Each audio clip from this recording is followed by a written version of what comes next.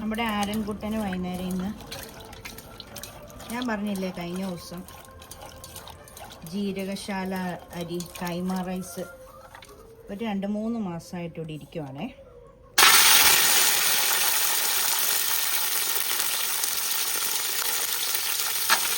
ഞാനത് ശനിയാഴ്ചയാണെന്ന് തോന്നുന്നു എടുത്ത് വേവിച്ചങ്ങ് ഓരോ കണ്ടെയ്നറിലാക്കി ഫ്രീസറിൽ കയറ്റി. ഇന്നലെ ഒരു ചെറിയ ബോക്സ് എടുത്ത് ഇതുപോലെ ചെയ്തു. ഇന്നലെ നട്ട്സൊന്നും ഇട്ടില്ല, ചുമ്മാ നെയ്ക്കകത്ത്.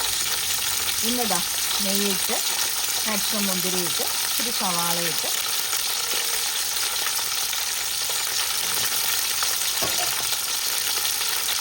ഒരു ഏറ്റവും ചെറിയ സവാള,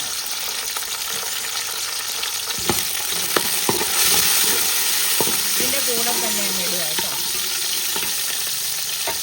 ഏറ്റവും ചെറിയൊരു സവാള.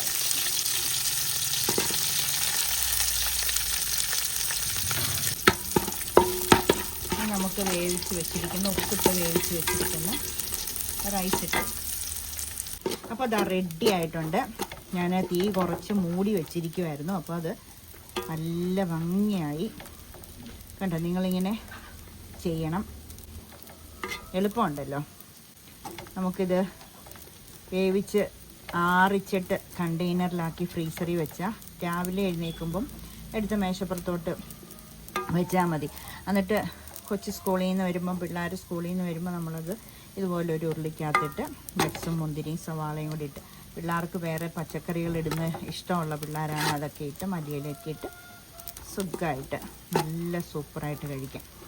അപ്പോൾ ഞങ്ങൾക്കിന്ന് വൈകിട്ടത്തേക്ക് ഇതാണ്. ആരൻ സ്കൂളിൽ നിന്ന് വന്നിട്ടുണ്ട്, ഇന്ന് താമസിച്ചാണ് വന്നത്. അപ്പോൾ കഴിക്കട്ടെ കേട്ടോ. ചിക്കൻ കറിയുണ്ട്.